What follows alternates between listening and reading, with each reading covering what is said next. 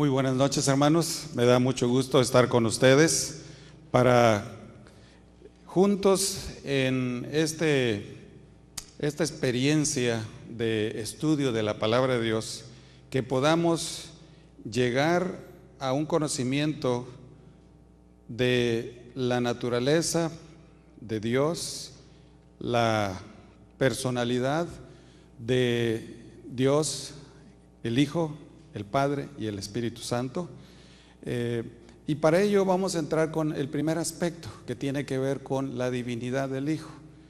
Es muy importante que nosotros entendamos el concepto de la divinidad para rendirle una adoración propia y darle el lugar adecuado que le corresponde a Dios. Si no es Dios a quien estemos adorando, entonces estamos en peligro, ¿verdad? De convertirnos en idólatras, estar adorando a dioses ajenos. Y el primer mandamiento dice: no tendrás dioses ajenos delante de mí. Y uno de los aspectos fundamentales que tenemos que clarificar es que en la Biblia se utilizan pasajes que dan y pareciera que el Padre y el Hijo son una misma cosa. Y estos argumentos, como ya se mencionaron, se utilizan para señalar eso, porque dentro de los grupos antitrinitarios tenemos diferentes facciones. Unos que dicen que hay un solo Dios, es el Padre, y que no hay ningún otro, y por lo tanto Jesús no es Dios y no reconocen su divinidad plena, lo consideran como un Dios con minúscula. Dentro de ellos están los seguidores de Arrio, ¿verdad?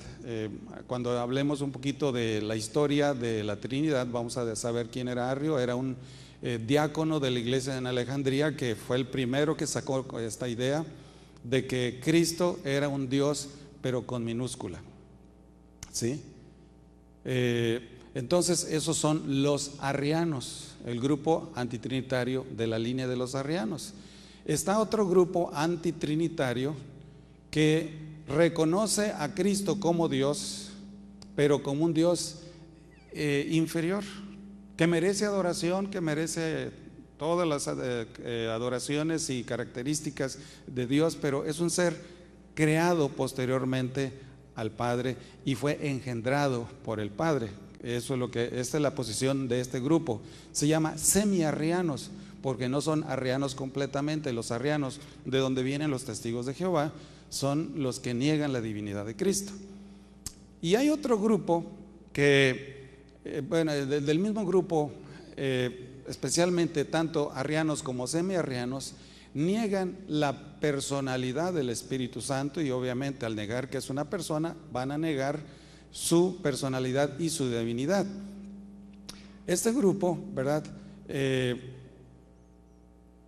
Vamos a decirlo así, se divide en el grupo semiarriano, que reconoce al Espíritu Santo, pero que no es una persona, sino que es Cristo mismo, como en una manifestación diferente. Aquí estuvo como ser humano con un cuerpo, cuando asciende al cielo deja este cuerpo y entonces toma otra vez su omnipresencia, y ahora Él es el Cristo mismo, es el Espíritu Santo que está actuando.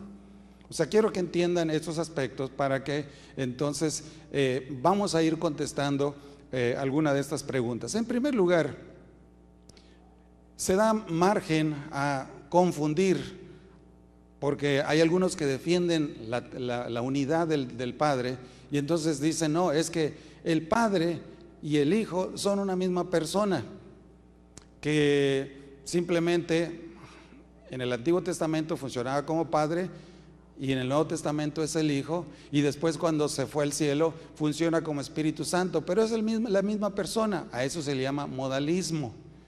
Es el mismo Dios, pero diferentes modos de presentarse, como Padre, como Hijo y como Espíritu Santo. Cuando el pastor presente el aspecto histórico, va a explicar más estos detalles. Ahorita solamente estoy dejándolos porque tenemos que tener una base para ir contestando algunas de las preguntas. Ahora, lo primero que vamos a hacer es contestar, ¿es Cristo y el Padre la misma persona? Miren, por ejemplo, busquen allí en Éxodo, capítulo 3, versículo 2, 3 y 4. Y allí vamos a leer en Éxodo, ¿verdad?, lo que nos dice el escritor bíblico, en este caso es Moisés. Y quiero que noten que para los escritores bíblicos no hacían en muchos aspectos diferencia al hablar del ángel de Jehová, que si lo analizamos con más detalles, lástima que el tiempo no nos da para tanto, el ángel de Jehová realmente es Cristo. El Espíritu de Jehová es el Espíritu Santo, y entonces está Jehová, que es Dios. Y Jehová a veces se utiliza como un nombre genérico para referirse a cualquiera de ellos tres, y como lo vamos a ver aquí en una forma bien clara, dice, fíjense bien, se le apareció ¿quién? Dice ahí ¿quién? El ángel de Jehová, en una llama de fuego en medio de una zarza. Ustedes recuerdan la experiencia de Moisés que miró allí, que vio, dice, se le apareció, ¿quién dice? El ángel de Jehová. Y entonces, ahí en el versículo 4 dice, viendo Jehová que Moisés iba a ver, ¿le llamó quién?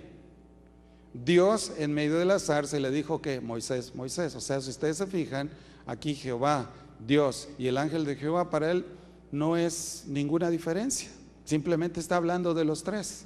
Y hay muchos ejemplos, como el caso de Abraham, donde iba a quitarle la vida a su hijo, donde dice que en ese momento le toma el ángel y le dice, por cuanto no me negaste a mí, y habla ahí Jehová, el ángel, Dios.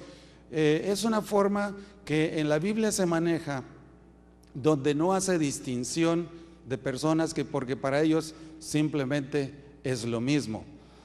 Ahora, no me voy a introducir tanto, pero en la Biblia se utilizan un término donde dice Jehová nuestro Dios, Jehová uno, ¿qué es? Y utiliza una palabra en hebreo, ejad.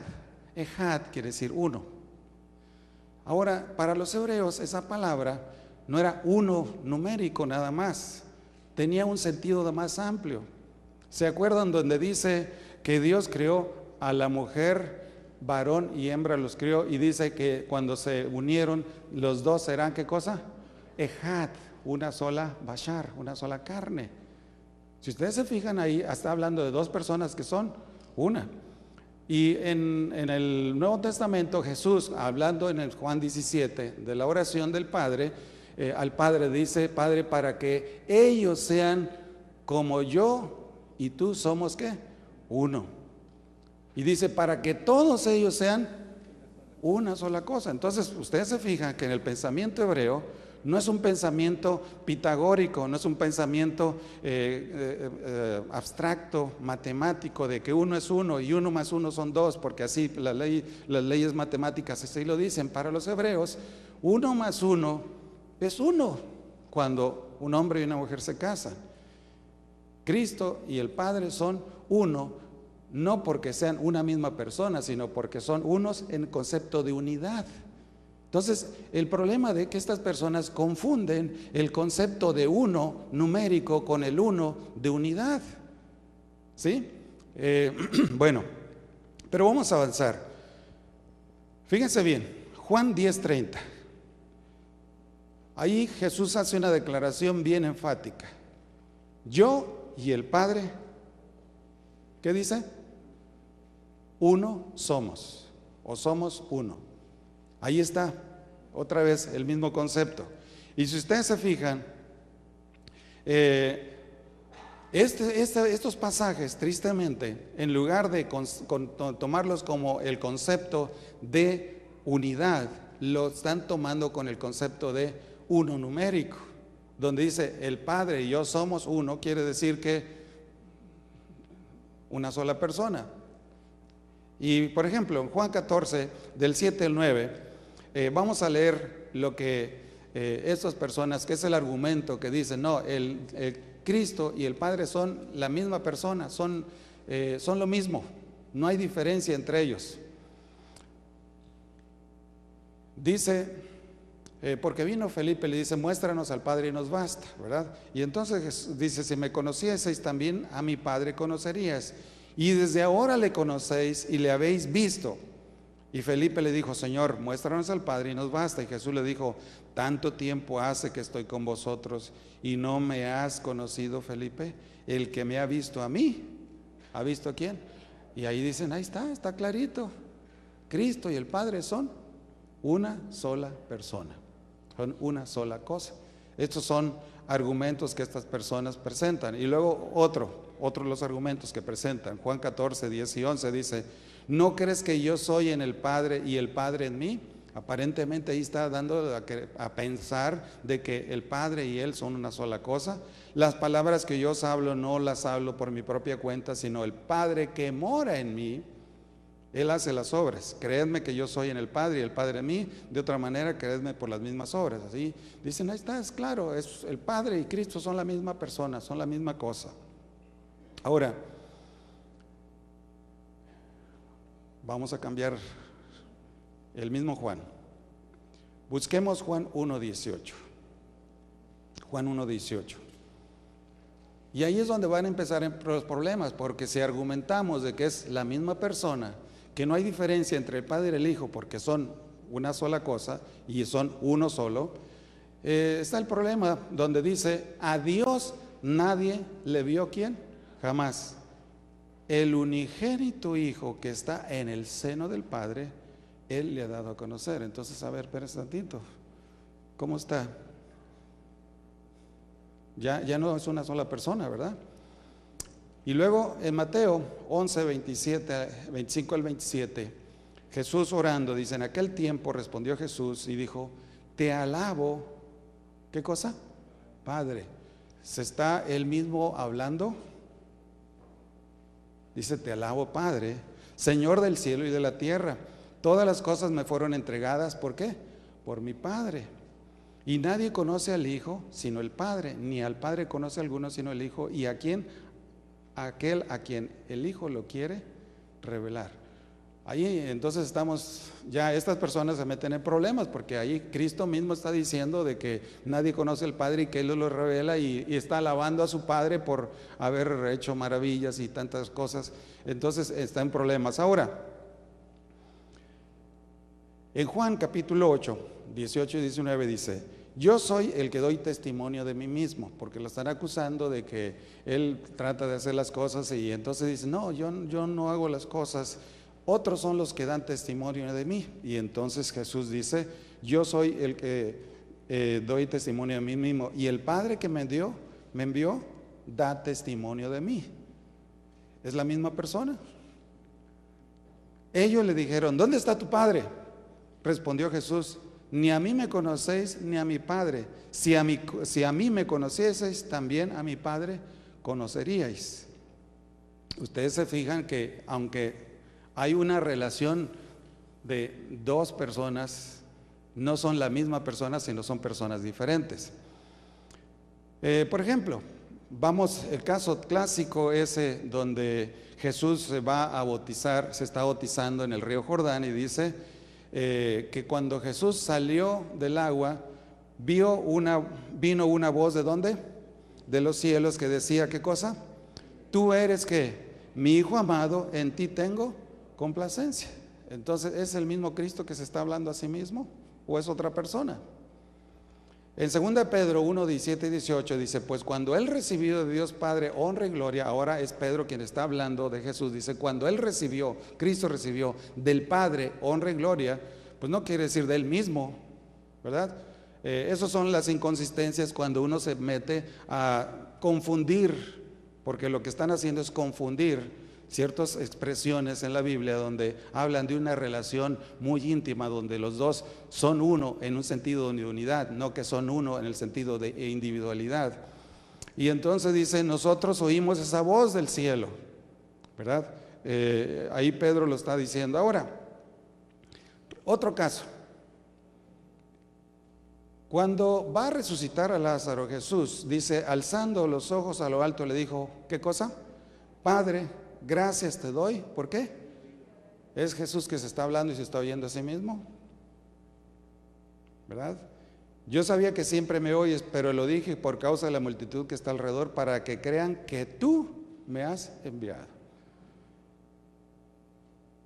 Ahora, otro caso, cuando Jesús está a punto de ir al Calvario y que no quiere pasar por esa experiencia espantosa que iba a vivir, ¿verdad? Los sufrimientos que iba a pasar.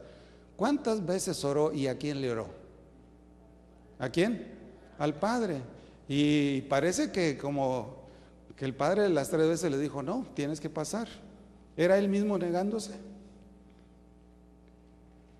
Y cuando está en la cruz, desesperado, ¿qué es lo que dice? Padre, Dios mío, ¿por qué cosa? Se estaba gritando a sí mismo. Así que, por lo que ustedes pueden ver, bíblicamente queda demostrado que el Padre y el Hijo son dos ¿qué? Personas ¿qué? Distintas. Afirmar que Jesús y el Padre son la misma persona es ignorar la enseñanza bíblica que está clara como el agua. Ahora, la pregunta más importante, ya vimos que son dos personas ¿qué? Diferentes, distintas, aunque son una en el sentido de ¿qué? Unidad, no en individualidad. Ahora, como ustedes lo vieron, el punto más fuerte de ellos es que dicen que Cristo no es igual al Padre.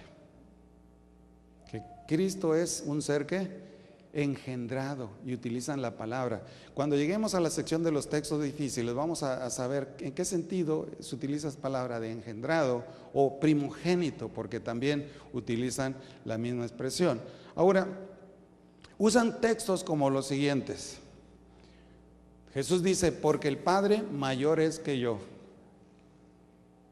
Y usan otro texto, 1 Corintios 15, donde dice que cuando Dios, Cristo, haya puesto todas las cosas bajo sus pies, entonces dice, Cristo mismo se sujetará y entonces le entregará el reino a su Padre para que Dios sea Dios sobre todas las cosas. 1 Corintios 15 del 24 al 28.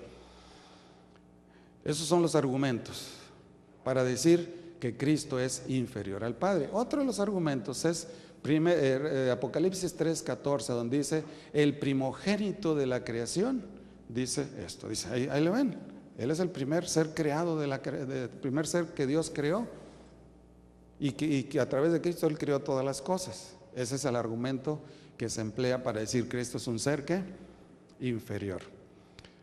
Bueno, voy a ir por partes, pero voy a darles un argumento que para mí es contundente, donde busquen Filipenses capítulo 2. Les voy a dar de una vez el texto, que con ese sería más que suficiente para demostrar que estos señores están equivocados, pero vamos después a ver lo que toda la Biblia enseña al respecto. Allí en Filipenses capítulo 2,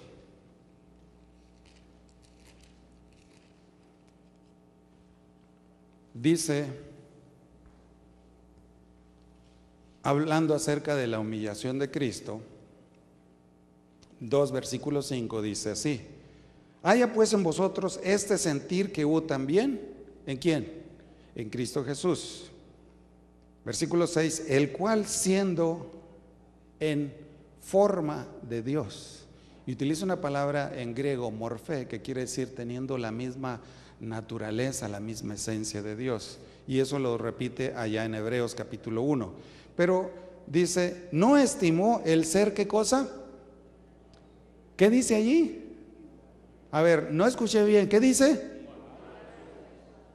Y todavía, por si fuera poco, utiliza una palabra en griego, isos to theo. ¿Qué quiere decir isos? ¿Se conocen ustedes el triángulo isósceles? Un triángulo que tiene ¿qué? Dos lados ¿qué? Iguales. Por eso se llama isósceles, porque los dos lados son ¿qué? Iguales. Pues bien, es la misma expresión aquí. Dice Cristo es isos to theo, es igual a Dios. ¿Qué más argumento? ¿Sí? Con este simplemente ahí queda desbaratado cualquier otro argumento. Ah, no, pero Cristo dijo, el Padre mayor es que yo. Bueno, hay que entenderlo. Cuando Cristo tomó la naturaleza humana y vivió como hombre, Él asumió la posición de un ser humano y reconocía que Él no hacía nada por sí mismo, sino que el Padre le tenía que decir e indicar, porque Él se había sujetado. Y precisamente lo que dice aquí Filipenses, dice, fíjense bien, y vamos a terminar de leerlo. Dice, no estimó el ser igual a Dios como cosa que aferrarse, sino que se despojó de sí mismo, tomando la forma de ¿qué? Siervo, hecho semejante a quienes, a los hombres, y estando en la condición de hombre, se humilló a sí mismo, haciéndose ¿qué? Claro, entonces tenía que obedecer. ¿Por qué? Su padre, él dijo, en el plan de la redención yo tengo que someterme como ser humano, te tengo que obedecer y tú vas a decir lo que yo tengo que hacer, porque eso está dentro del plan para redimir a la raza humana. Y esa es la razón por la cual Jesús dijo, el Padre mayor es que yo, mientras esté aquí. Pero antes era, ¿qué cosa dice? Era igual a Dios. ¿Entienden el punto ahora? Muy bien, pero vamos a seguir. Ahora vamos a ver. Eso nada más lo que dice un texto, pero vamos a ver lo que dice la Biblia en forma general. Vamos a empezar allí en el Antiguo Testamento. Busquen por favor Isaías capítulo 9, versículo 6.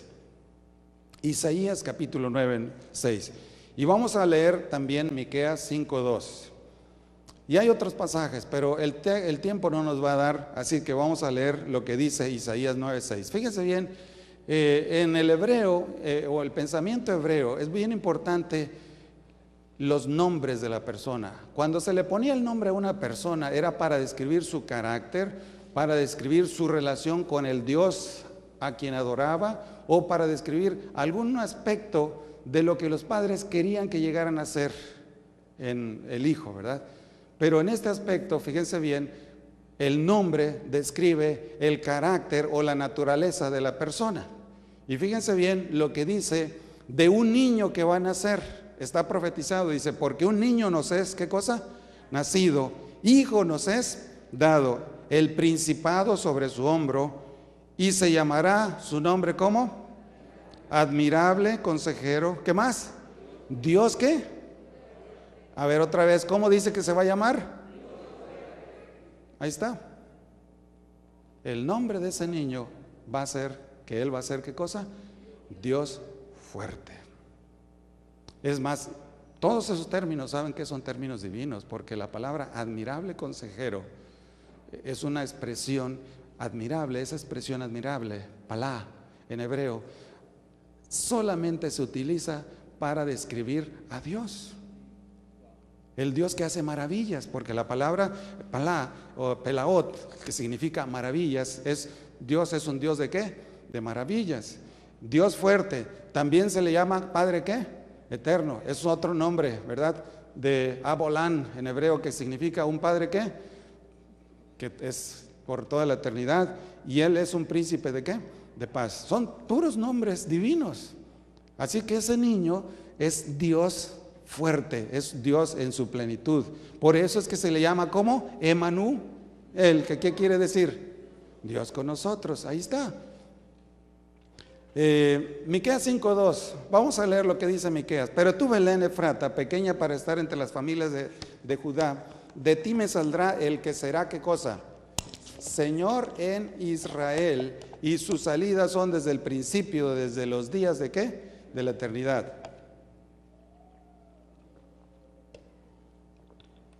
Habla de que ese niño que nace allí es un ser que desde la eternidad existe.